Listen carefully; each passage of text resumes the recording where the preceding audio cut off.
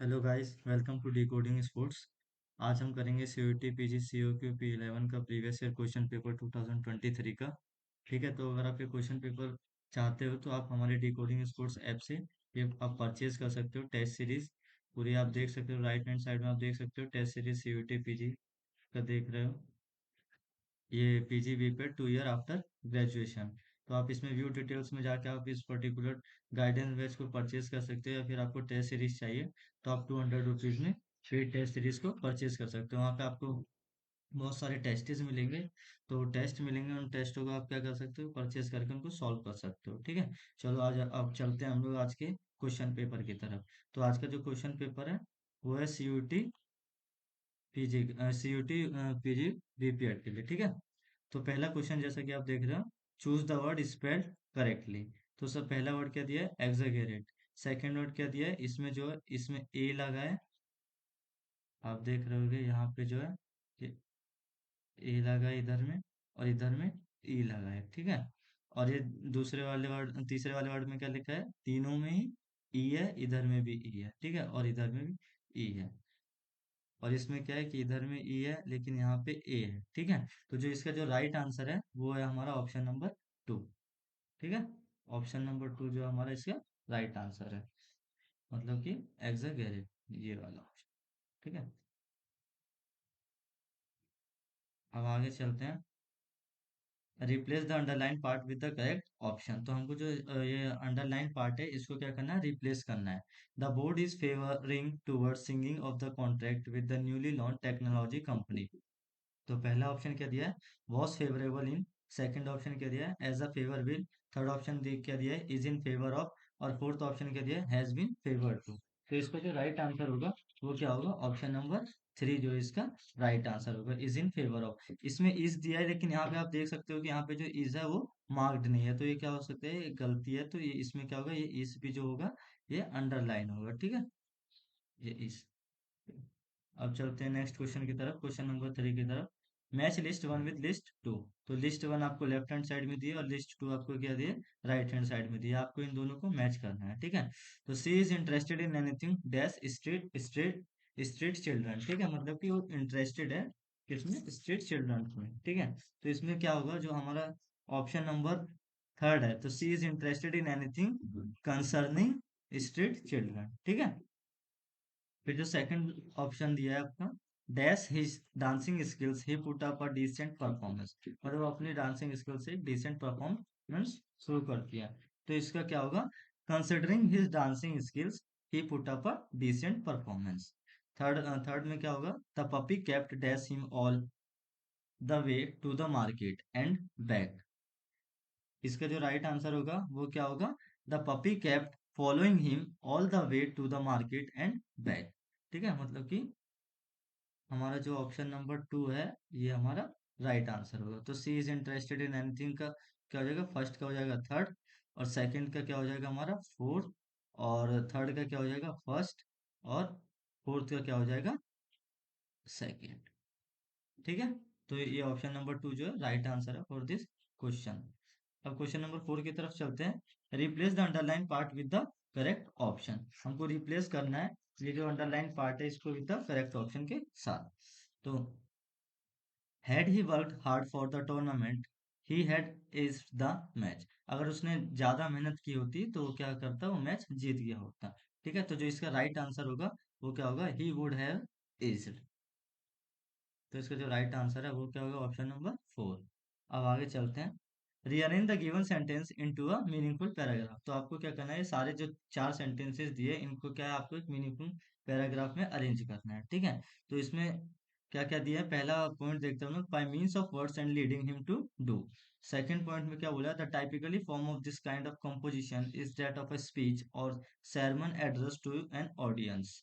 Third में क्या बोला है, persuasion is the art of influencing the will of another।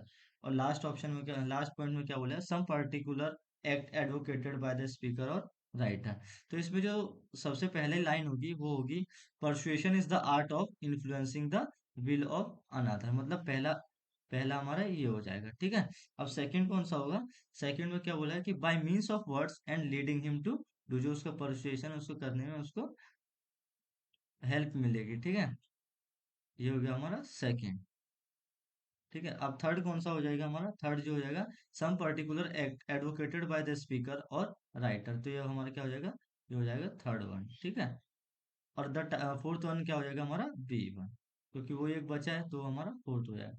तो option number one is the right answer. अब नेक्स्ट क्वेश्चन की तरफ मूव करते हैं। Choose the correct spelling of the following word. इसमें से क्या कहना है, आपको चार शब्द दिए गए हैं, इसमें से आपको दो क्या है सही शब्द दिए हैं, उनको आपको सिलेक्ट करना है, ठीक है। तो इसमें सबसे पहले एकोमोडेशन दिया है। एकोमोडेशन के स्पेलिंग में आप देख पा रहे हो कि यहाँ पे गलती है, ठीक है। एक में क्या दिया है, एक में डबल एम दिया है और एक में क्या किया है, सिंगल एम दिया है, ठीक है। एक में इसमें भी डबल एम दिया है और इसमें सिंगल एम दिया है, ठीक है। तो इसमें जो दोनों डबल एम वाले हैं वो क्या हो गए, राइट आंसर हो गए। तो B and C is the right answer for this question. Okay.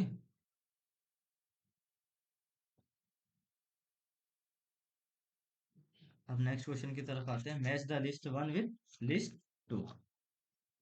According to the rules nobody is allowed in without a ticket. तो ये तो एक रूल है, तो रूल क्या होते हैं हमेशा, वो ऑफिशियली होते हैं, ठीक है। तो फर्स्ट का क्या हो जाएगा, फोर्थ वन हो जाएगा। कोई भी रूल है वो ऑफिशियली होता है ताकि उसको क्या करे, सभी लोग फॉलो करें, ठीक है। In terms of profit we made the festival was a great success. मतलब इन टर्म्स ऑफ प्रॉफिट, मतलब प्रॉफिट के मामले में उन्होंने उस त्योहार को क्या किया, एक ग्रेट सक्सेस के तौर पर सेलिब्रेट किया। तो इसका क्या हो जाएगा, फाइनेंशियली। तो मतलब कि जहाँ प्रॉफिट आ गया, प्रॉफिट किससे रिलेटेड है, फाइनेंस से रिलेटेड है। तो फाइनेंस क्या हो जाएगा, जो बी ऑप्शन क्या हो जाएगा, फर्स्ट वन, ठीक है। अब थर्ड ऑप्शन का क्या है, in terms of what we can actually achieve 80% is probably maximum. Probably maximum, तो ये क्या हो जाएगा, ये क्या होगा, रियलिस्टिकली हो जाएगा, ठीक है, रियलिस्टिकली। फिर फोर्थ ऑप्शन क्या बोला, for the good of society this legislation will bring considerable relief. तो इसका क्या हो जाएगा, लेजिस्लेशन जो रहते हैं, जितने भी ये पॉलिटिक्स के काम रहते हैं, क्या रहते हैं, सोशली अटैच्ड रहते हैं, ठीक है। सोसाइटी से, सोसाइटी मतलब सोशली, ठीक है। तो इसका जो राइट आंसर है वो क्या हो जाएगा, ऑप्शन नंबर टू इसका राइट आंसर है। अब क्वेश्चन नंबर 8 की तरफ चलते हैं। इसमें भी क्या है, match the list one with list two one. तो इसमें क्या बोला, are most people resistant dash advice on healthy eating. तो इसमें क्या बोला है कि आर मोस्ट पीपल रेसिस्टेंट, मतलब कि जो तो बहुत सारे लोग रहते हैं कि वो एडवाइस, जो मतलब हेल्दी ईटिंग के लिए उनको एडवाइस दी जाती है कि उसको फॉलो करते हो। तो इसका जो ऑप्शन होगा वो क्या होगा, are most people resistant to advice on healthy people, healthy eating. तो इसका जो ऑप्शन होगा वो होगा सेकंड ऑप्शन, ठीक है। अब question option option number B को देखते हैं। Do people in your country generally have an aptitude dash language. तो इसमें क्या हो जाएगा, do people in your country generally have an aptitude for language, ठीक है, मतलब लैंग्वेज के लिए। तो इसका क्या हो जाएगा, इसका थर्ड हो जाएगा। अब इसके बाद क्या है, do many people embark dash a new career in the middle age, ठीक है। तो इसका क्या हो जाएगा, do many people embark on a new career in a middle age. तो इसमें आ जाएगा ऑन। अब जो लास्ट ऑप्शन बचा वो आपका फर्स्ट बचा, ठीक है। तो इसका जो राइट आंसर होगा वो कौन सा होगा, ऑप्शन नंबर टू इसका राइट आंसर होगा। अब क्वेश्चन नंबर 9 की तरफ चलते हैं। Rearrange the given sentences in a meaningful paragraph. मतलब कि जो सारे चार सेंटेंस दिए इनको आपको इस तरीके से अरेंज करना है ताकि ये क्या कर सके, एक मीनिंगफुल पैराग्राफ बना सके, मतलब उस पैराग्राफ का कोई मतलब हो, ठीक है। तो ऑप्शन ए क्या बोला है, deals with the friction not with fact. B में क्या बोला है, but to please his imagination. C में क्या बोला है, imaginative composition differs from other form of writing since it. और लास्ट ऑप्शन डी में क्या बोला है, it aims is not to instruct the mind to the reader, ठीक है। तो सबसे पहले ऑप्शन क्या हो जाएगा, imaginative composition differs from other forms of writing since it, ठीक है, मतलब हमारा पहला वाला ये हो जाएगा, ठीक है। तो पहला सी ऑप्शन सिर्फ दो इसमें दिख रहा है, एक इसमें दिख रहा है और एक इसमें दिख रहा है, ये दोनों तो मतलब हमारे नहीं होंगे, ठीक है। तो अब नेक्स्ट क्या होगा, नेक्स्ट होगा आपका D, imaginative composition differs from other forms of writing since it deals with fiction not with facts। मतलब कि हमारा ए ऑप्शन क्या हो जाएगा, सेकंड में आ जाएगा, ठीक है। ठीक है। तो हमारा जो राइट आंसर मतलब सी ए वाला कौन सा है, हमारा जो थर्ड नंबर का जो ऑप्शन है, ये हमारा क्या हो जाएगा, सही आंसर हो जाएगा इस पर्टिकुलर क्वेश्चन के लिए। ठीक है।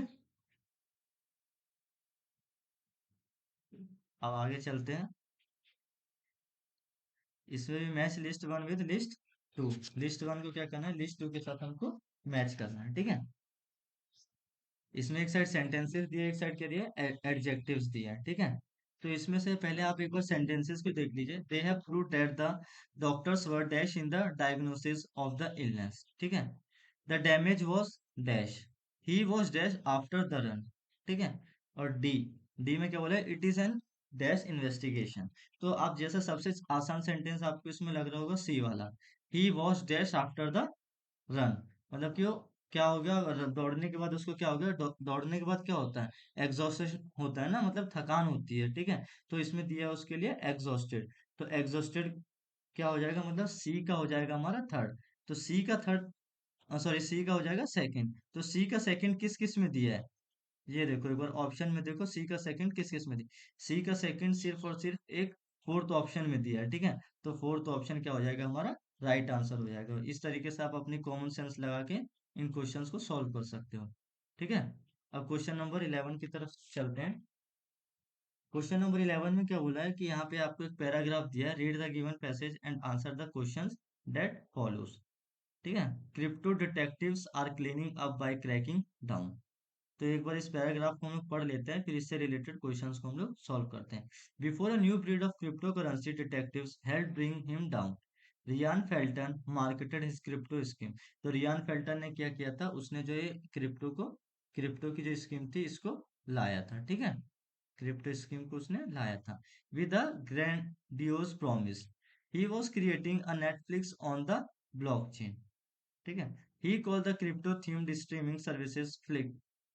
For a small amount of the popular digital currency, either customer could purchase a Flick token, which would give them access to show and movie broadcast on the new platform. Felton described the project as an entertainment revolution. तो Felton ने क्या किया, project को describe किया as an entertainment revolution. ठीक है। Crypto enthusiastic brought more than 2 million worth of Flick coins, but the streaming business never materialized. लेकिन streaming business क्या था, उसका अभी तक कोई भी मेटेरियलाइज नहीं निकला। ठीक है। Instead, Felton bought a $1.5 million houses along with $32,000 in diamonds. He spent $1,80,000 more for a red Ferrari. When a cryptocurrency hits the mainstream in the 2010, the technology was widely viewed as a perfect vehicle for crime. A drug dealer or scamsters could transfer large quantity of money without having a bank to validate the transaction. To early advocates, crypto was appealing because it promised the secrecy and anonymity of cash without the inconvenience of face-to-face exchange. That secrecy was an illusion. Crypto transactions are inscribed on a publicly viewable ledger called a blockchain. To the untrained observer, blockchain records are unintelligible, a jumble of meaningless letters and numbers. But a growth industry is dedicated to despairing them. At the center is the now New York analytics startup Chainalysis, valued at $8.6 billion after its latest funding. पहले एक बार इतना पढ़ने के बाद हम एक बार पहला question देख लेते हैं, कहीं हमारा पहला क्वेश्चन इससे रिलेटेड तो नहीं है। Match the phrase in list one with meaning of list two. तो लिस्ट वन और लिस्ट टू दी गई है, आपको इनको मैच करना है। तो बिजनेस नेवर मेटेरियलाइज्ड। ठीक है। तो ये तो हमने देखा था, बिजनेस नेवर मेटेरियलाइज्ड, या हमने इधर में मार्क भी करके रखा है। ठीक है। तो बिजनेस नेवर मेटेरियलाइज, तो इसका जो राइट आंसर होगा वो क्या होगा, बिजनेस नेवर मेटेरियलाइज्ड। इसका राइट आंसर देखिए आप, लिस्ट टू में देख सकते हो, जो बिजनेस था वो क्या हुआ था, अच्छे से मेटेरियलाइज नहीं हुआ था, मतलब वो सक्सेसफुल नहीं हुआ था। तो फर्स्ट का क्या हो जाएगा, फोर्थ हो जाएगा। ठीक है। सेकंड में क्या बोला है, hit the main stream. Hit the main stream का क्या हो जाएगा, कि ताकि वो ज्यादा फेमस हो सके, ज्यादा से ज्यादा लोगों के पास पहुंच सके। तो क्या हो जाएगा इसका, रिच मोर पीपल। ठीक है।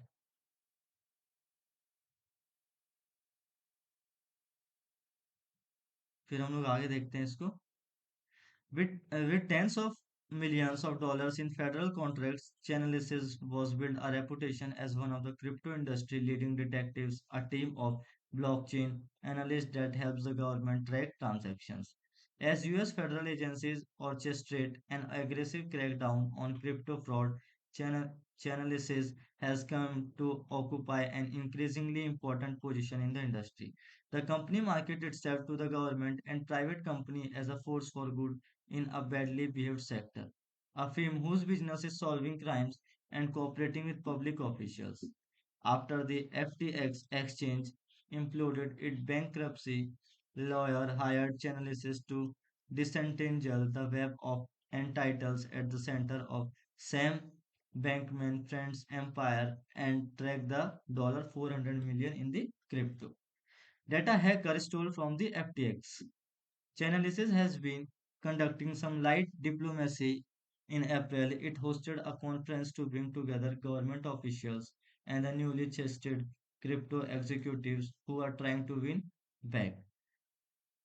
Guest received socks stitched with the Chainalysis logo.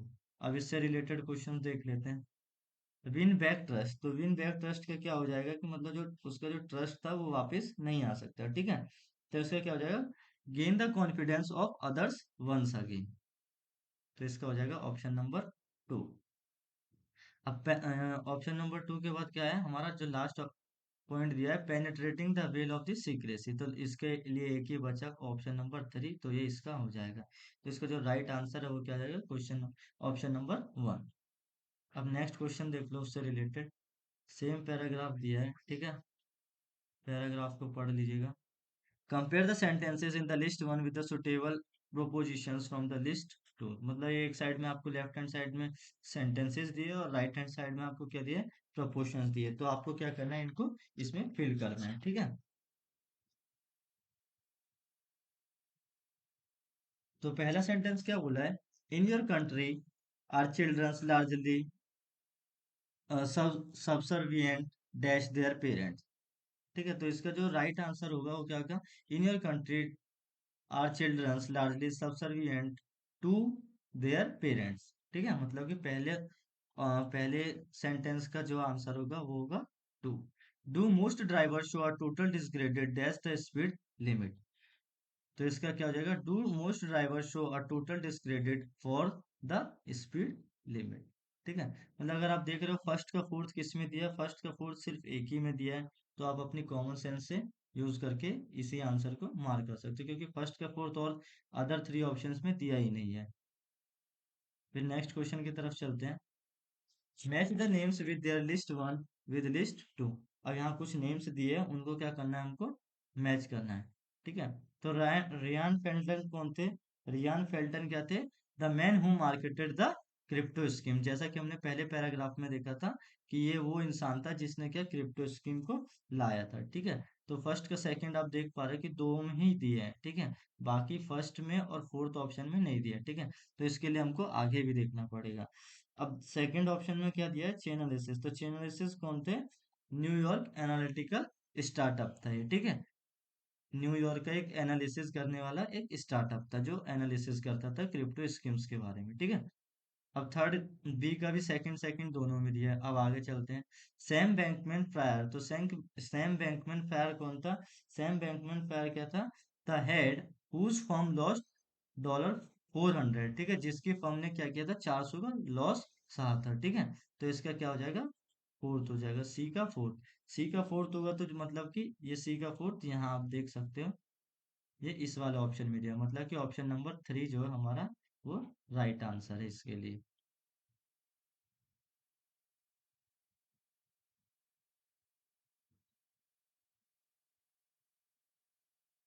ठीक है। अब नेक्स्ट क्वेश्चन की तरफ चलते हैं। Which project did Felton describe as an entertainment revolution, तो कौन से प्रोजेक्ट को जो है फेल्टन ने एंटरटेनमेंट रिवॉल्यूशन के लिए बोला था, ठीक है। तो इसका क्या हो जाएगा, कौन कौन से को बोला था, एक तो बोलता for a small amount of digital currency customers could access shows and movies broadcasted on the new platform, एक इसको बोला था। और किसको बोला था? The creation of the Netflix वाली जो ब्लॉकचेन थी, एक उसको बोला था। इन दोनों को बोला था, मतलब सी और डी जो है आपका राइट आंसर है, ठीक है। अब क्वेश्चन नंबर 15 की तरफ चलते हैं। Refresh the following sentences by choosing the appropriate idioms, ठीक है। मतलब कि हमको क्या है, एक सेंटेंस दिया है, अब उस पे रिलेटेड इडियम्स को हमको क्या करना है, उसको मार्क करना है। क्या बोला है? She was affected by the situation when her two bosses had different ideas about what her job involve, ठीक है। तो इसका जो राइट आंसर होगा वो कौन सा होगा? Caught in the cross fire, इसका राइट आंसर है। A drug dealer or scamster could transfer large quantity of money without applying to validate the transaction, ठीक है। तो तो इसका वैलिडेट का क्या होगा, अपोजिट वर्ड क्या होगा? इसका जो अपोजिट वर्ड होगा वो होगा रिफ्यूट, ठीक है। Replace the underline word with the correct antonyms from the option. ये आपको एक लाइन दी है, इसके जो एंटोनिम्स है वो आपको बताने। One of the powerful tradition of Japanese life is to always exhibit enthusiasm against pain. तो इसका जो राइट आंसर क्या हो जाएगा, वो हो जाएगा स्टोर्सम, option number 3। Question next question की तरफ चलते हैं। Fill in the blank with the correct idioms from the option given below. तो यहाँ पे एक फिल इन द ब्लैंक दिया और एक ऑप्शन दिया, इसको क्या करना है, आपको फिल करना है। The manager dash by taking about the bonus much before it came in black and white. The manager dash by taking about the bonus much before it came into the black and white. मतलब जो manager था उसने क्या किया, bonus आने से पहले ही सबको बता दिया, ठीक है। बता दिया तो क्या हो गया, एक ब्लैक एंड व्हाइट मनी हो गई। तो मतलब उसने अपने ही कंधे पे खुद ने ही गोली चला ली, तो जंप द गन, ठीक है। अब नेक्स्ट क्या है? डेडिकेटेड टू डिस्पेयरिंग देम, ठीक है। डिस्पेयरिंग मतलब क्या होता है, किसी चीज को एक्सप्लेन करना होता है डिस्पेयरिंग का मतलब, ठीक है। तो choose the another word of the same meaning for the underlined word above. तो अगर हम लोग किसी चीज को एक्सप्लेन करते हैं तो उसको क्या बोलते हैं? एक्सप्लेनिंग ही ना बोलते हैं उसको, तो क्या हो जाएगा? एक्सप्लेनिंग। तो ऑप्शन नंबर 4 जो इसका राइट आंसर है। Question number 20। Fill in the blanks in the sentences in list one with the correct form of the adjective form from list two. तो हमको एडजेक्टिव चूज करने हैं लिस्ट वन के from list two से, ठीक है। It is in the dash chapter, ये क्या है, एक डैश चैप्टर में। तो डैश चैप्टर क्या हो गया? It is in the chapter conclusive chapter, it is in the conclusive chapter. ये क्या है? एक कंक्लूसिव। देखो इसमें क्या बोला है कि fill in the blanks in the sentence in list one with the correct form of the adjectives from list. मतलब लिस्ट वन में हमको क्या दिया है, लिस्ट वन में हमको सेंटेंसेस दिए हैं, और लिस्ट टू में क्या दिया है हमको, उनके एडजेक्टिव्स दिए हैं। तो सबसे पहले क्या है, it is in the chapter, it is in the dash chapter. तो डैश चैप्टर में मतलब क्या हो जाएगा, जो it is in concluding chapter, ठीक है। मतलब जो फर्स्ट का क्या हो जाएगा, फर्स्ट का हो जाएगा आपका सेकेंड ऑप्शन, ठीक है। फिर सेकंड पॉइंट में क्या बोला है, do we have dash proof, क्या हमारे पास कुछ प्रूफ है? तो do we have conclusive proof, ठीक है। Do we have conclusive proof. C में क्या बोला है, he has a dash enthusiasm, he has a dash enthusiasm में क्या हो जाएगा, he has a child like enthu, मतलब उसके अंदर जोश है बिल्कुल बच्चों की तरह।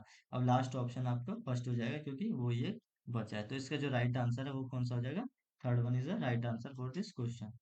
अगर आप ये पूरा क्वेश्चन पेपर या टेस्ट सीरीज आप परचेज करना चाहते हो तो प्ले स्टोर से डिकोडिंग स्पोर्ट्स ऐप को आप डाउनलोड कर सकते हैं। वहां से आप गाइडेंस बैच को खोल के वहां पे आप देख सकते हैं। आपको गाइडेंस बैच मैं दिखा देता हूँ, गाइडेंस बैच आपको यहाँ दिख जाएगा। ये रहा राइट हैंड साइड में, CUT PG PPEड 2 years after graduation. अगर आपको पर्टिकुलर बैच परचेज करना है तो आप 260 रुपीज में इसको परचेज कर सकते हो।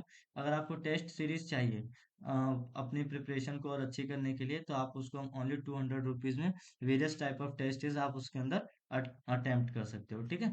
यहाँ से आप बाय नाउ क्लिक करके बाय नाउ से आप परचेज कर सकते हो इस पर्टिकुलर टेस्ट सीरीज को। अब आ जाते हैं हम लोग वापस अपने क्वेश्चन पेपर पे आ जाते हैं। अब आ जाता है हमारे मैथ से रिलेटेड क्वेश्चन स्टार्ट हो जाते हैं, ठीक है। अब इसमें क्या बोला है, एक 2x+1+2x x-1, ये क्या है, इधर में जो है ये x-1 है, थोड़ा छोटा होने के कारण आपको दिख नहीं रहा होगा। और ये क्या है, x+1 है, ठीक है। Is equal to 160, then x is equal to.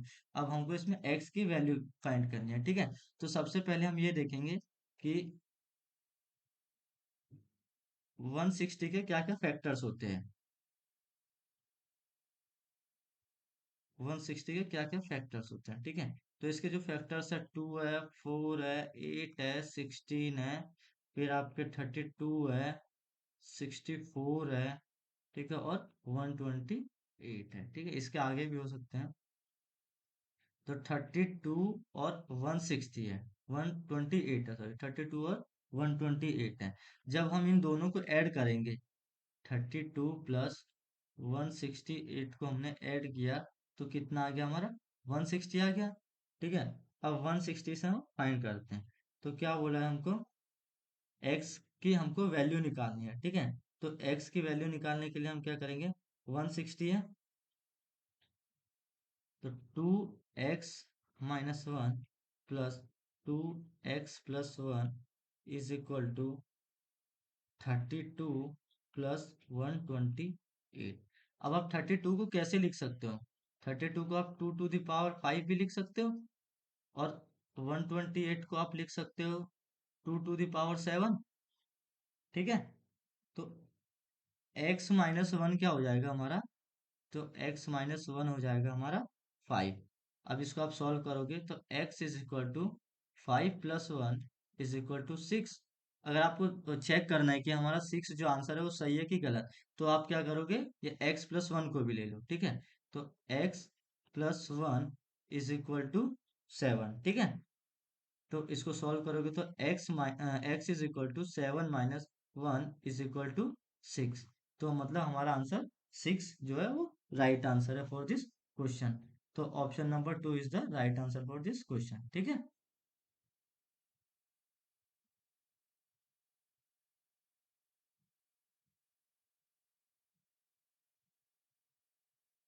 हम लोग नेक्स्ट क्वेश्चन की तरफ चलते हैं, क्वेश्चन नंबर 22 की तरफ।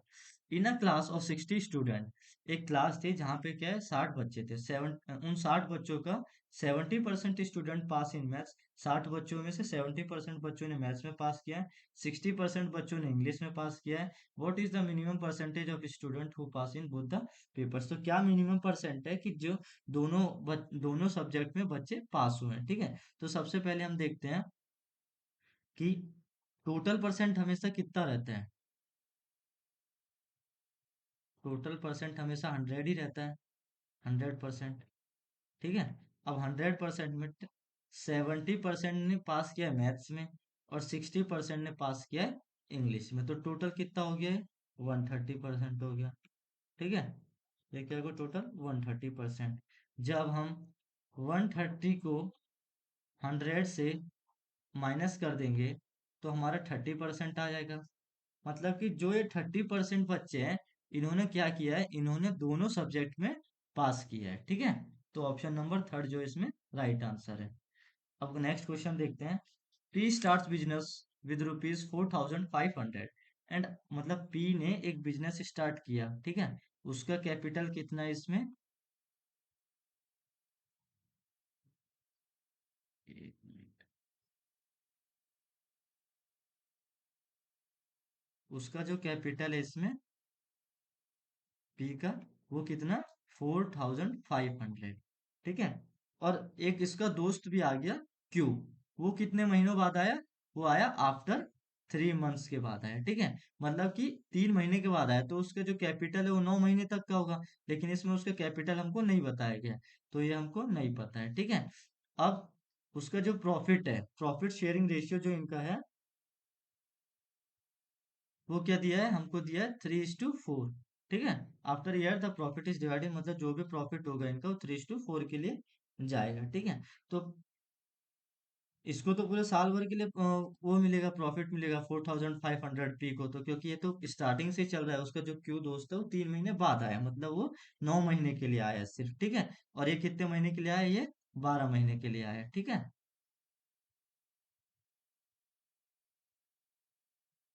ये 12 महीने के लिए आया, ठीक है।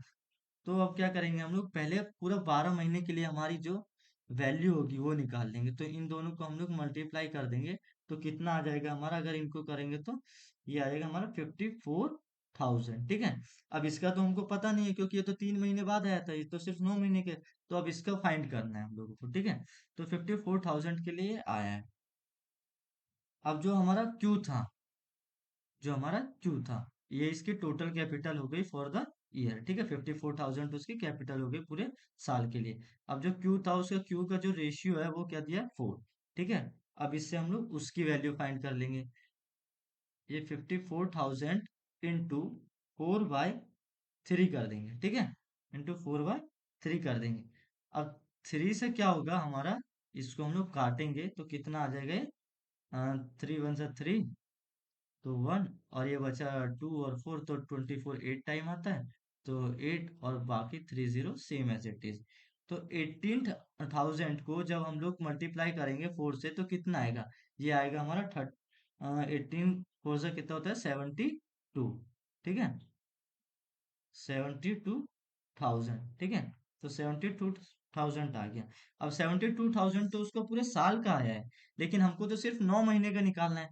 तो अब क्या करेंगे हम लोग, 72,000 को 9 से डिवाइड कर देंगे, ठीक है। तो 9 8 से कितना होता है, 72 होता है, ठीक है। तो 8 आ जाएगा, तो 8,000 रुपीज जो है उसको मिलेगा, ठीक है। मतलब ये जो इसका कैपिटल होगा वो कितना है, 8,000, ठीक है। तो option number 2 is the right answer for this question. अब नेक्स्ट क्वेश्चन की तरफ चलते हैं। इसमें मिसिंग नंबर फाइंड करना है, तो इसमें जो है इसका राइट आंसर है 0, ठीक है। नेक्स्ट क्वेश्चन की तरफ चलते हैं, क्वेश्चन नंबर 25 की तरफ। अब इसमें क्या बोला है, set A represents girls of class 8, set B represent boys of class 8, set C represent student of class 8, the diagram which correctly represents A, B and C as, तो इसमें क्या हो जाएगा, तो इसका राइट आंसर होगा वो क्या होगा, ऑप्शन नंबर 1।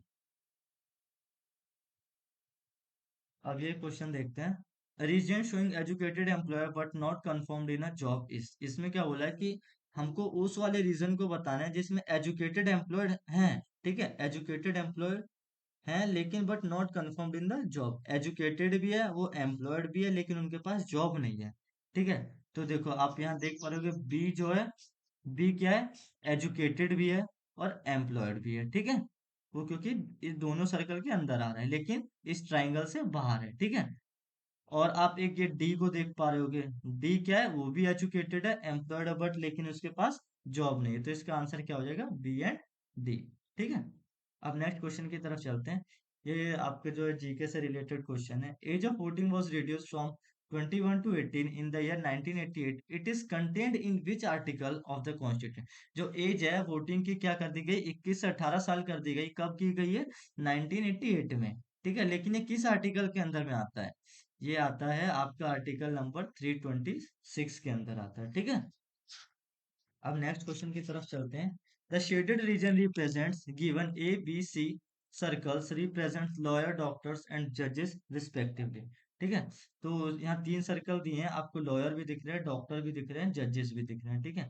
लेकिन तो इसके लिए सही लाइन कौन सी होगी, लॉयर्स एंड डॉक्टर्स ही है क्या इसमें, नहीं। आप ये शेडेड रीजन देख पा रहे होगे, ये वाला रीजन जो है, इसमें क्या है कि डॉक्टर्स का भी आ रहा है, डॉक्टर्स का भी सर्कल इसमें एनक्लोज है, ठीक है, ये वाला। फिर इसमें आपका लॉयर्स का भी एनक्लोज है, ये वाला। और इसमें जो है आपका जजेस का भी एनक्लोज है, ये वाला, ठीक है। मतलब तीनों आ रहे हैं, जजेस who are lawyer as well as doctor. तो इसका जो आंसर होगा फोर्थ वाला राइट आंसर होगा। अब ये क्वेश्चन नंबर 29 पे आते हैं, there are 12 intermediate bus stops between two place A and B, in how many ways can a bus be made to stop at 4 of these 12 intermediate bus stops provide no two of them are consecutives, ठीक है। तो इसका मैं आपको right answer बता दे रहा हूँ, ये क्वेश्चन को आप अपने से ट्राई कीजिएगा सॉल्व करने के लिए, ठीक है। इसका जो राइट आंसर है वो कितना है, 126 जो इसका राइट आंसर है। आप इसको ट्राई कीजिए सॉल्व करने के, अगर नहीं होता है तो आप फिर इसको हमसे बाद में पूछ सकते हो। क्वेश्चन नंबर 30, ठीक है। क्वेश्चन नंबर 30 में क्या बोला, out of 10% 9% spend ₹40 each for their snacks, मतलब कि 10 पर्सन थे जिसमें से 9 पर्सन ने 40-40 रुपए दिए अपने स्नैक्स के लिए।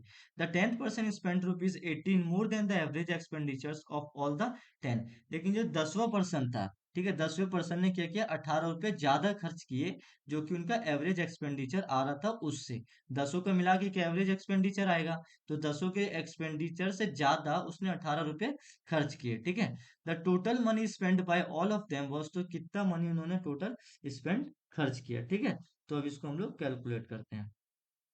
सबसे पहले हम क्या करेंगे इसमें, कि 9 पर्सन ने 40-40 रुपए खर्च किए, तो पहले 9 × 40 करके हम पूरा टोटल अमाउंट निकाल लेंगे। तो 9 × 4, 9 4 से कितना होता है, 9 4 से होता है 36। तो 360 जो है इसका आंसर आ जाएगा। अब 10th पर्सन ने क्या किया, 10th पर्सन ने कितना मनी टोटल स्पेंड किया वो हमको नहीं पता, सिर्फ इसमें लिखा है कि वो 10 इंसानों ने जितने पैसे खर्च किए उसमें 18 रुपये उसने और ज्यादा खर्च किए। ठीक है, तो 10th person spend money is, हमको नहीं पता है, तो क्या हो जाएगी हमारे लिए एक्स हो जाएगी। ठीक है, अब इसको सॉल्व करते हैं। तो 360, हम टोटल अमाउंट आया 9 का, प्लस अब 10वें का हमको पता नहीं है, तो एक्स, उसको डिवाइड कर देंगे हम लोग दसों लोगों से मिला के। ठीक है, इसमें क्या हो जाएगा, अब उसने 18 रुपये और क्या किए थे, एक्स्ट्रा खर्च किए थे।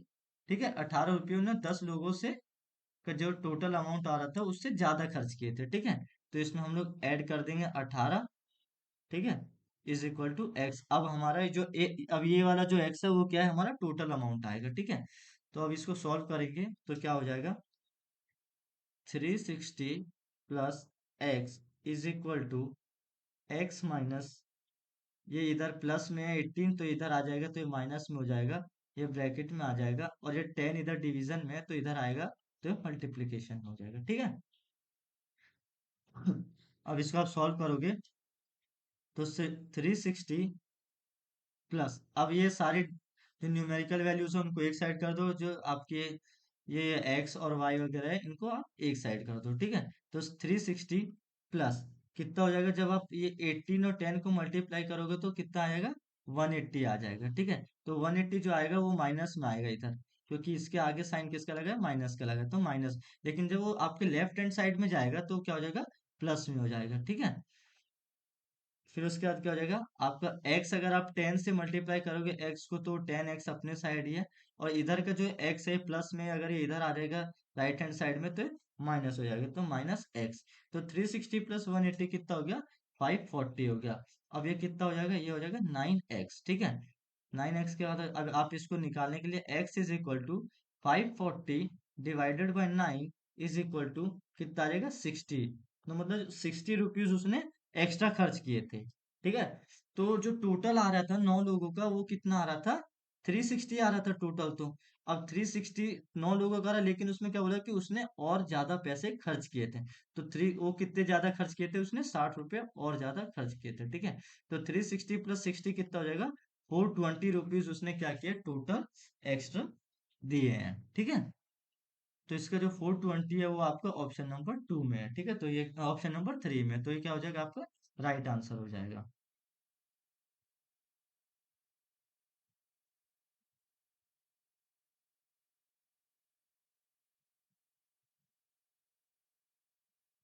अब चलते हैं नेक्स्ट क्वेश्चन की तरफ। At what time between 7 and 8 o'clock will the hand of a clock be at right angle. ठीक है, मतलब बोला है इसमें कि 7 और 8 के बीच में एक क्लॉक है, उसकी जो कांटे जो रहते हैं वो किस समय राइट एंगल पे रहेंगे। ठीक है, राइट एंगल तो सबको पता ही होगा, राइट एंगल क्या होता है, जब आप 90 डिग्री फॉर्म करते हो। ठीक है, वो होता है राइट एंगल। अब इसमें क्या बोला है कि ये इस क्वेश्चन में हमको क्या करना है, कि हमको वो टाइम पता करना है किस टाइम वो लोग उस पर्टिकुलर पोजीशन पे रहेंगे। तो इसमें क्या होता है कि इसमें एक फॉर्मूला होता है। ठीक है, तो फॉर्मूला क्या होता है, थीटा,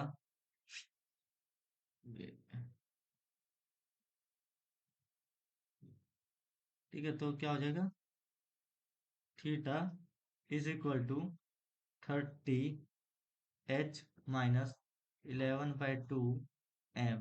ठीक है, अब हमको ये निकालना है, तो ये क्या हो जाएगा, तो 30, तो एच क्या हो जाएगा, इसमें एच हमारा हो जाएगा 7। ठीक है, एच क्या हो जाएगा हमारा 7, तो ब्रैकेट में आपका 7 आएगा, -11/2 m।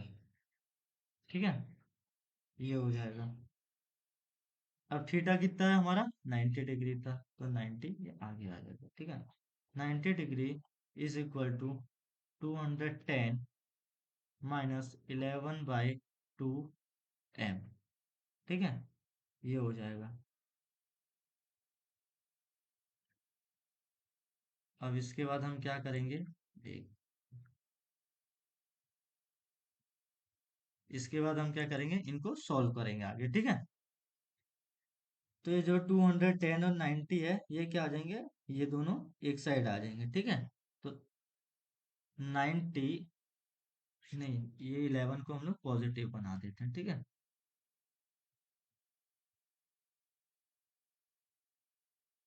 तो ये क्या है, 11/2 m क्या होगा, पॉजिटिव होगा, इज इक्वल टू 210 माइनस 90, ठीक है।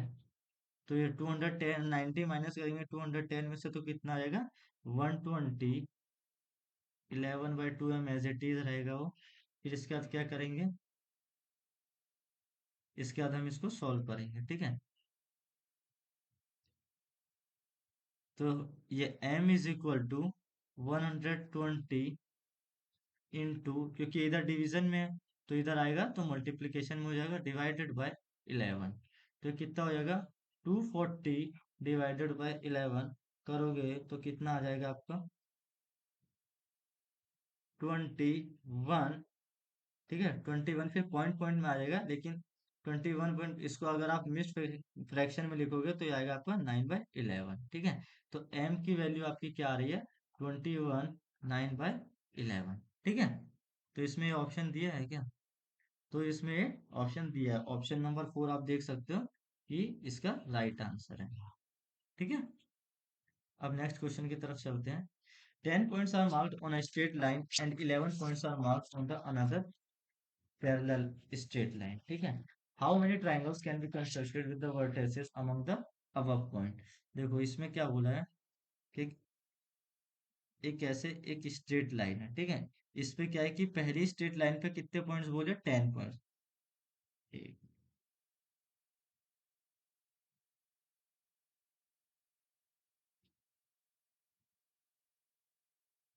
तो पहले उसमें क्या बोले, 1 पॉइंट, 2 पॉइंट, 3 पॉइंट, 4 पॉइंट, 5, 6, 7, 8, 9 और एक 10, ठीक है। 10 ये इस पे हो गए। अब क्या बोला है, दूसरे वाले में 11 बोला है, ठीक है।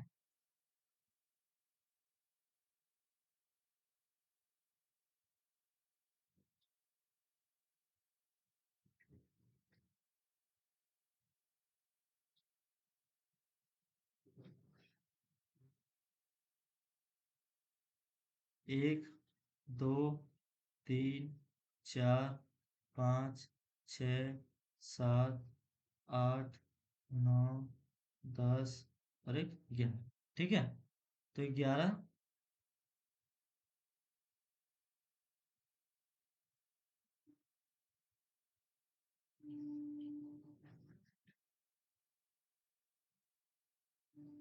1, 2, 3, 4, 5, 6, 7, 8, 9, 10 और 11, तो 11 पॉइंट नीचे वाले पे और 10 पॉइंट ऊपर वाले पे। अगर आपको ट्राइंगल बनाना है, ठीक है, अब इन दोनों लाइनों को जोड़ के आपको क्या बनाना है, ट्राइंगल बनाना है, ठीक है। तो जब आप ट्राइंगल बनाओगे, जब आप ट्राइंगल बनाओगे तो ट्राइंगल कैसे बनेगा आपका, जैसे ये एक ट्राइंगल बन गया, ठीक है। फिर दूसरा ट्राइंगल कैसे बनेगा, ये, फिर ऐसे कर करके कितने ट्राइंगल्स बन सकते हैं, ठीक है, ऐसे करके आपको ट्राइंगल्स बनाने हैं। तो इसका एक फॉर्मूला है, इसका फॉर्मूला क्या है, 10 C2 इंटू इंटू 11, ठीक है,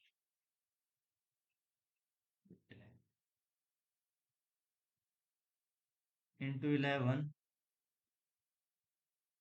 प्लस 11 C2 इंटू 10। देखो ये ऐसा क्यों लिखा, पहली लाइन में आपको 10 डॉट्स दिए, 10 डॉट्स दिए लेकिन नीचे वाली लाइन में आपको 11 दिए। फिर नीचे वाली लाइन में आपको 11 डॉट्स दिए लेकिन ऊपर वाली लाइन में आपको 10 डॉट्स दिए। तो जब आप ये सबको सॉल्व करोगे तो आपका आंसर आएगा 1045। ठीक है, तो 1045 हमारा कौन सा ऑप्शन है? ये आपका ऑप्शन नंबर थर्ड है। ठीक है, तो थर्ड ऑप्शन जो है इसका राइट आंसर होगा।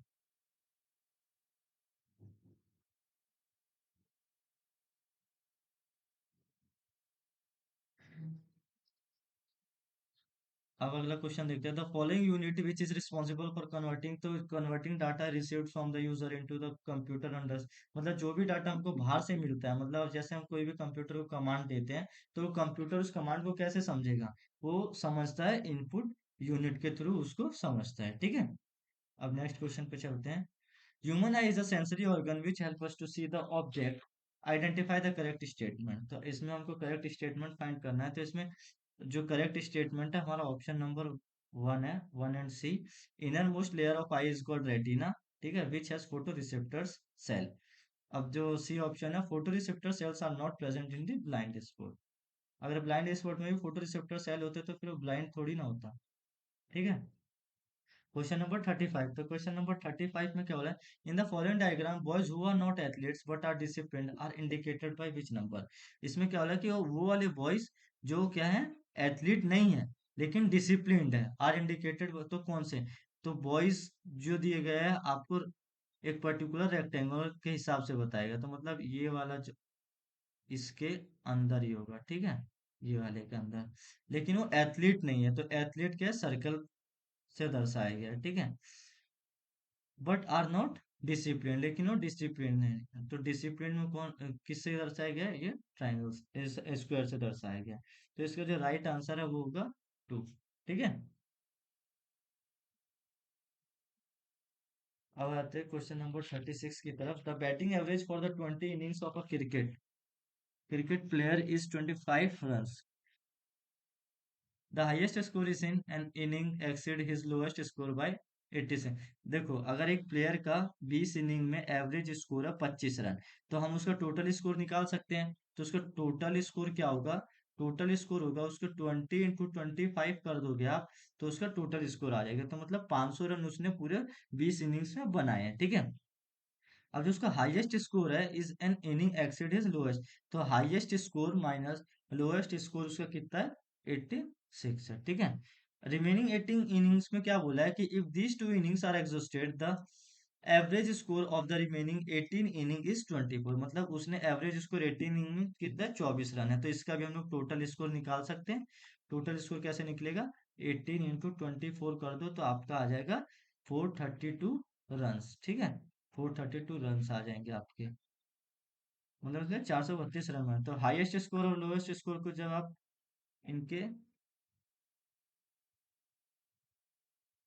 Highest plus lowest is equal to करोगे तो हाईएस्ट कितना था? 500, और लोएस्ट कितना था? 432, तो इज इक्वल टू 68। ठीक है, और इसमें हाईएस्ट और लोएस्ट कितना दिया है? इसका हाईएस्ट और लोएस्ट का ऑलरेडी यहाँ वैल्यू दिया है, तो ये साइन यहाँ पॉजिटिव होगा लेकिन ये यहाँ सब्ट्रैक्ट होगा। ठीक है, क्योंकि हाईएस्ट एंड लोएस्ट ऑलरेडी हमको दिया है। तो ये कितना हो गया? 86 हो गया। ठीक है, अब इनको हम सॉल्व करते हैं। ठीक है, एट हाईएस्ट लोएस्ट और highest minus lowest is equal to 68 and 68 and 86। ठीक है, तो ये दोनों कट जाएंगे क्योंकि ये पॉजिटिव में ये नेगेटिव में है। इसका टोटल करोगे तो कितना आ जाएगा? 154, और ये एच और एच को ऐड करोगे तो 2h हो जाएगा। तो ये h is equal to 154 divided by 2 is equal to 77। तो 77 जो इसका वो क्या है? राइट आंसर है।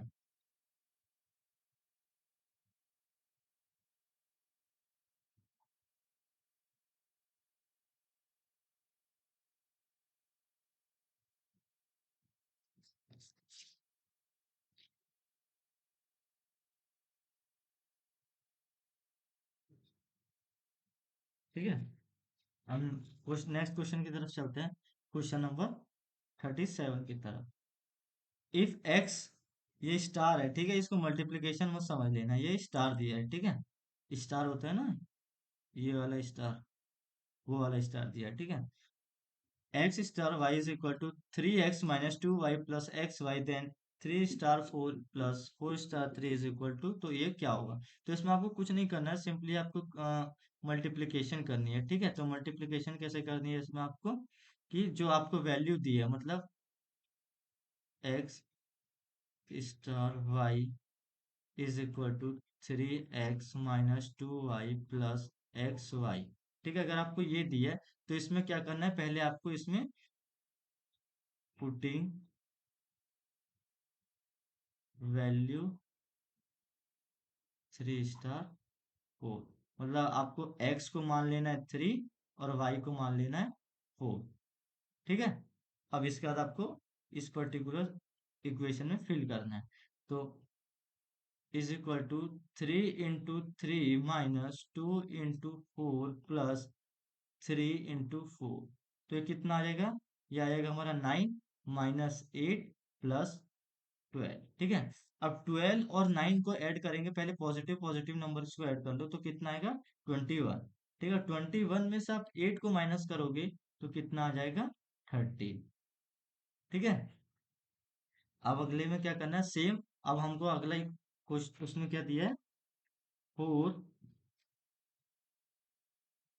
4 स्टार 3 दिया है। ठीक है, 4 स्टार 3 को अब हमको उसी पर्टिकुलर इक्वेशन, मतलब कौन सी इक्वेशन है इसमें फिल करना है। ठीक है, तो 3 × 4 को ले लेंगे हम लोग, एक्स को ले लेंगे 4 और 3 को ले लेंगे वाई।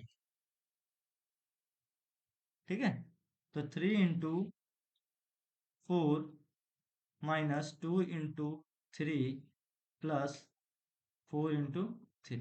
ठीक है, तो 12 - 6 प्लस 12, तो 12 12 24 होता है, क्योंकि इनको ऐड कर लो पॉजिटिव पॉजिटिव, 12 12 24, 24 में से 6 गए तो कितना है? 18 आ गया। ठीक है, अब 18 और 13 को ऐड कर दो बस, कितना आएगा? 8 और 3 1, 8 3 11 होता है, 11 इधर चलेगा तो ये आ जाएगा 31। तो 31 जो इसका राइट आंसर है, तो ऑप्शन नंबर थर्ड जो इसका राइट आंसर है। अब क्वेश्चन नंबर 38 की तरफ चलते हैं। The sum of the ages of a daughter and her mother is 64 years. ठीक है, after 6 years the age of the mother will be 3 times that of the daughter, the age of the mother and daughter at present age are. इसका right answer होगा आपका 51 years and 13 years. इसको आप solve कीजिएगा। अब जाते हैं question number 39। ये एक साइड आपको डांस के फॉर्म्स दिए हैं और एक साइड आपको क्या दिया है, कौन से स्टेट से वो पर्टिकुलर डांस आता है। तो जैसे कि आपको मैंने पहले टेस्ट सीरीज में बताया था इसके, तो उसमें क्या था कि आपने देखा होगा, उसमें था कुचिपुड़ी दिया था उसमें। ठीक है, कुचिपुड़ी दिया था, तो कुचिपुड़ी कहाँ से आता है? कुचिपुड़ी आता है आपका आंध्र प्रदेश से, अगर आपको याद होगा तो। ठीक है, कुचिपुड़ी आता है आंध्र प्रदेश से। तो आंध्र प्रदेश अगर हमको एक ऑप्शन भी मिल गया, मतलब कि बी का अगर हमको थर्ड मिल गया, ठीक है, तो बी का थर्ड मतलब या तो मतलब सेकंड और फोर्थ ऑप्शन तो होंगे ही नहीं, फर्स्ट या थर्ड में से ही होगा, क्योंकि बी का थर्ड दो में दिया है। ठीक है, उसके बाद हम अगला देख लेते हैं। भरतनाट्यम कहाँ से आता है? भरतनाट्यम आपका आता है तमिलनाडु से। ठीक है, मतलब कि ये फेमस फेमस डांस तो पता पता होंगे आपको। ठीक है, तो फर्स्ट से आता है, तो मतलब ये जो हमारा ऑप्शन नंबर थर्ड जो इसका राइट आंसर है। ठीक है, क्वेश्चन नंबर 40 की तरफ चलते हैं। The 20th state of the India is, तो 28वां स्टेट इंडिया का कौन सा? वो है हमारा झारखंड। ठीक है, अब आगे चलते हैं क्वेश्चन नंबर 41 की तरफ। क्वेश्चन नंबर 41 में क्या बोला है? If a shopkeeper sold an article at a loss of 25%, मतलब एक शॉपकीपर है, वो अपने आर्टिकल को बेच दे रहा है कितने पे? 25% के लॉस पे। तो उसका जो, अभी देखो कॉस्ट प्राइस हमको पता नहीं है उस पर्टिकुलर प्रोडक्ट की, लेकिन सेलिंग प्राइस हमको पता चल गई, क्योंकि 25% लॉस पे भेज रहा है तो टोटल परसेंट हमेशा 100 रहता है।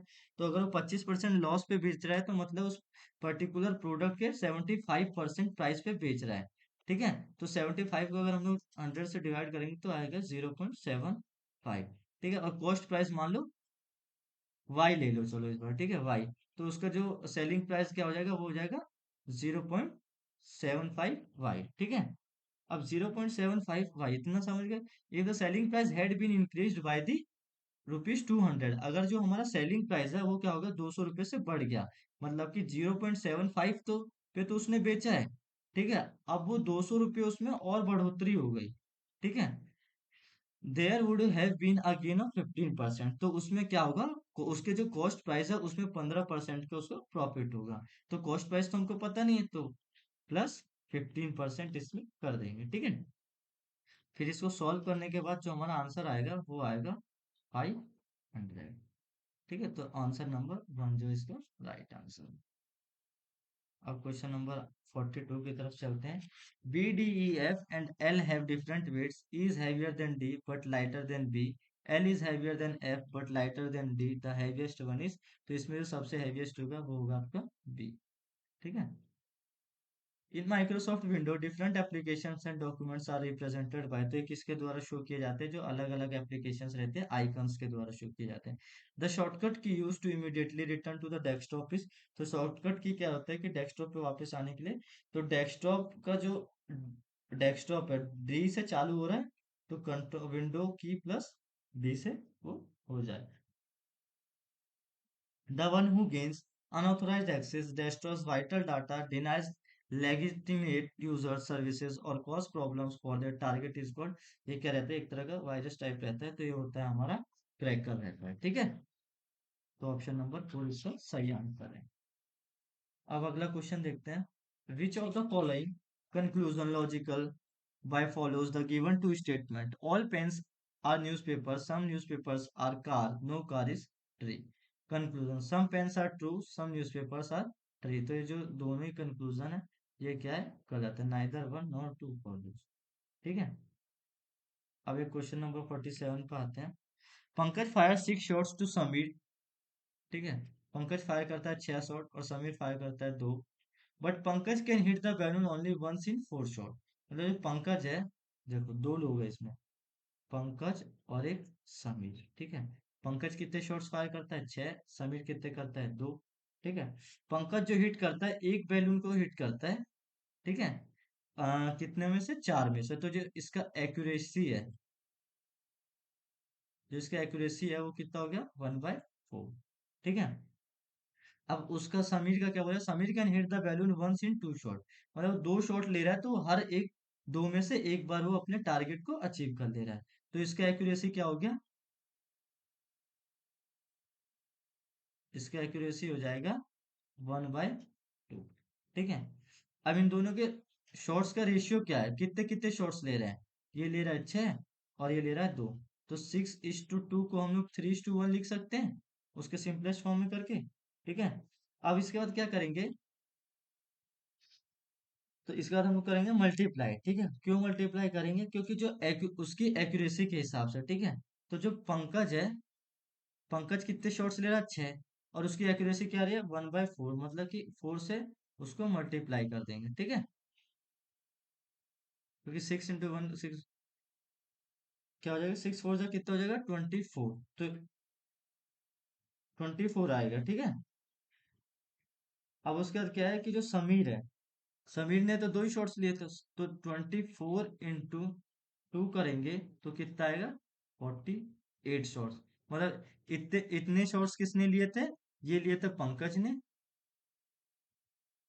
और उसी में ऐड कर दिए हमने किसके, समीर के, ठीक है। तो ये कितने हो गए हमारे, 48 शॉट्स अभी तक हो गए, ठीक है। रेशियो ऑफ पंकज क्या है हमारा, रेशियो ऑफ पंकज क्या है, पंकज का जो रेशियो है वो 3 है, ठीक है। अब उसको हम क्या करेंगे, 48 आया, 48 को पंकज के रेशियो से हम लोग मल्टीप्लाई कर देंगे कि हाँ भाई कितना है, तो ये कितना आएगा आपका, 144 आएगा, ठीक है। 8 3 × 24, 4 2, 3 4 12 और 2 144 आएगा, ठीक है। 144 हो गया, तो एक्यूरेसी ऑफ पंकज क्या होगी, अब पंकज की एक्यूरेसी हमने देखा था जैसे कि यहाँ 1/4 थी, ठीक है। तो अब इसको 1/4 से हम क्या कर देंगे, सिंपली डिवाइड कर देंगे, 144 इंटू 1/4 करें तो ये कितना आ गया हमारा, 36 आ गया। तो Pankaj, how many balloons were written by the Pankaj, तो 36 balloons were written by Pankaj, तो 36 कौन सा ऑप्शन है, option number 4, is the right answer for this question. Question number 48। Question number 48 क्या है, बहुत आसान सा क्वेश्चन है। P Q R S is a parallelogram and M is N. तो पी क्यू आर एस सबसे पहले एक पैरेललोग्राम बना लेते हैं। तो पैरेललोग्राम का क्या प्रॉपर्टी रहता है कि जो इसकी दो साइड्स हैं वो हमेशा एकदम सिमिलर रहती है, ठीक है। सामने सामने वाली साइड, दोनों साइड पैरेलल रहती हैं, ठीक है। तो अब ये P हो गया, ये हो गया Q, ये हो गया R, और ये हो गया S। अब ये आपका मिडल पॉइंट हो गया M, ठीक है।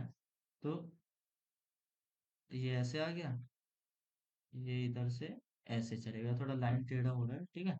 ये आपका M पॉइंट हो गया, ठीक है। अब इसमें क्या बोला है, parallelogram is a P Q R S is a parallelogram and M is N mid point. M हमारा मिड पॉइंट हो गया, पी क्यू आर एस हमारा पैरेललोग्राम हो गया। If the area of the parallelogram P Q R S is 40, मतलब इसका जो area है वो कितना है, 40 यूनिट है, ठीक है। इसका जो एरिया है 40 यूनिट है। Then what is the sum of the area of triangle S M R. तो मतलब ये वाला ट्राइंगल, ठीक है। और पी एम क्यू, और ये वाले ट्राइंगल का जो सम ऑफ एरिया है वो भाई जब हमको पता है ये चार पार्ट्स को 40 यूनिट बोला गया है, अगर हम दो पार्ट्स का ही लेंगे तो दो पार्ट्स का कितना आएगा, 20 यूनिट, जस्ट उसका हाफ हो जाएगा। तो इसका जो आंसर होगा वो कितना होगा, 20 यूनिट। ये तो बहुत आसान सा क्वेश्चन था, ठीक है। क्वेश्चन नंबर 49 की तरफ चलते हैं। Answer the following question based on the information given below. अगर हम लोग P और Q को मल्टीप्लाई कर रहे हैं तो इसमें क्या हो रहा है, P means P is father of Q, तो मतलब P जो है फादर है Q की। P को सब्ट्रैक्ट कर रहे हैं Q से तो P क्या है, सिस्टर है Q की।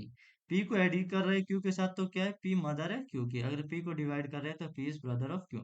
तो अब ये क्वेश्चन हमको दे दिया है, ये क्या बोला है, B plus D into M divided by N, how is M related. तो इसमें एम और बी का रिलेशन पूछा है, ठीक है। तो अब इसमें मैं आपको एक फ्लो चार्ट बना देता हूँ, ठीक है। तो एन से चालू करते हैं, ठीक है। डिवीजन के देखोगे तो उसमें P is brother of Q है, ठीक है। मतलब कि इसमें क्या हो जाएगा, N is brother of M, ठीक है। तो ये ब्रदर हो गया, तो एन किसका ब्रदर हो गया, एम का, ठीक है। अब उसके बाद क्या है, मल्टीप्लाई है, ठीक है। मल्टीप्लाई में क्या बोला, फादर का आ जाएगा रिलेशन, ठीक है। तो एम किसका फादर हो गया, एम हो गया डी का फादर, ठीक है। किसका फादर हो गया, डी का। अब डी के बाद क्या बोला है, हमें प्लस बोला है, तो प्लस में क्या है, मदर है, ठीक है। तो ये मदर हो जाएगी, तो ये मदर हो जाएगी, किसकी मदर हो जाएगी, बी की, ठीक है। तो अब हमको relation, how is M related to B, तो जो एम है वो कैसे रिलेटेड है बी से, ठीक है। तो जो ये हो जाएगा, M is related with the B with the relation of grandson. क्यों है, क्योंकि M is the son of D. M क्या है, सन है किसका, डी का, ठीक है। क्योंकि डी इसका फादर है तो एम सन ही ना होगा इसका, ठीक है। D is the son of B, और डी क्या है, किसका सन है, डी, बी का। क्योंकि अगर एम सन है डी का तो डी इसके फादर हुए, तो डी की वाइफ कौन हुई, बी हुई डी की वाइफ। तो एम क्या हुआ, इसका बेटा हुआ, ठीक है। तो grand son.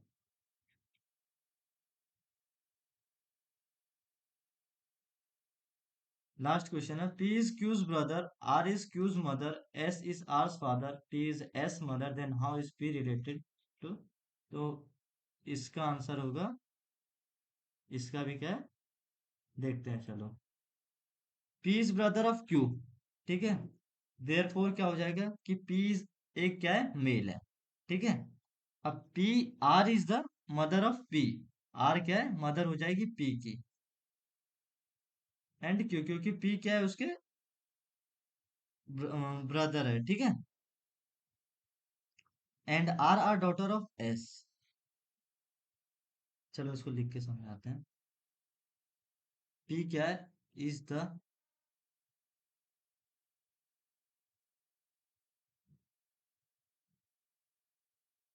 P is the,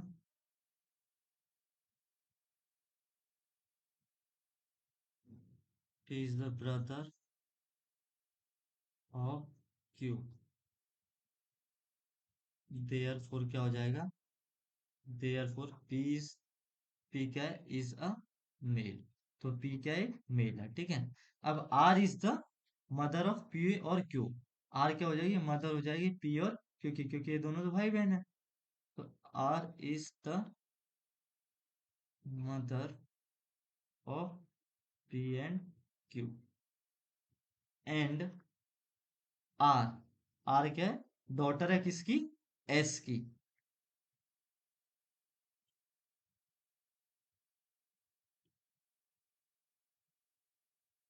ठीक है, डॉटर है एस की। अब एस क्या है, एस जो है किसका सन है, टी का। S is the son of T. ठीक है, तो एस इज, उसके बाद क्या है कि S is the grand daughter of P. तो एस क्या है, किसकी ग्रैंड डॉटर है, पी की। ठीक है,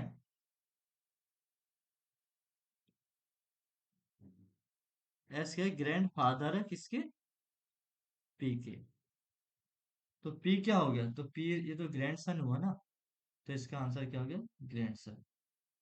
तो अगर आप ये पूरा टेस्ट सीरीज परचेज करना चाहते हैं, तो आप प्ले स्टोर से क्या कर सकते हो, हमारे ऐप को डाउनलोड कर सकते हो, डिकोडिंग स्कोर्स को। और डिकोडिंग स्कोर्स पे आप जाके साइन अप करके रजिस्टर करने के बाद आपको कुछ इस प्रकार का एक इंटरफेस दिखेगा। इस इंटरफेस में आप C U T P G B P second year after graduation course को अप्लाई कर सकते हो। अगर आप कंप्लीट गाइडेंस चाहते हो, तो कंप्लीट गाइडेंस के लिए आप उसको ओनली एंड ओनली ₹260 पे करके आप पूरा 6 मंथ वैलिडिटी बैच ले सकते हो। आपको पूरी गाइडेंस दी जाएगी। अगर आप ओनली टेस्ट सीरीज चाहते हो, तो आपको ओनली ₹200 पे करना है, आपको पूरी टेस्ट सीरीज मिल जाएगी। आप फिर उन टेस्ट सीरीज की हेल्प से आप क्या कर सकते हो, अपने पर्टिकुलर एग्जाम के लिए और अच्छे से प्रिपरेशन कर सकते हैं। तो आज के लिए इतना ही। Thank you guys. I hope you have learn lots of thing today. Thank you.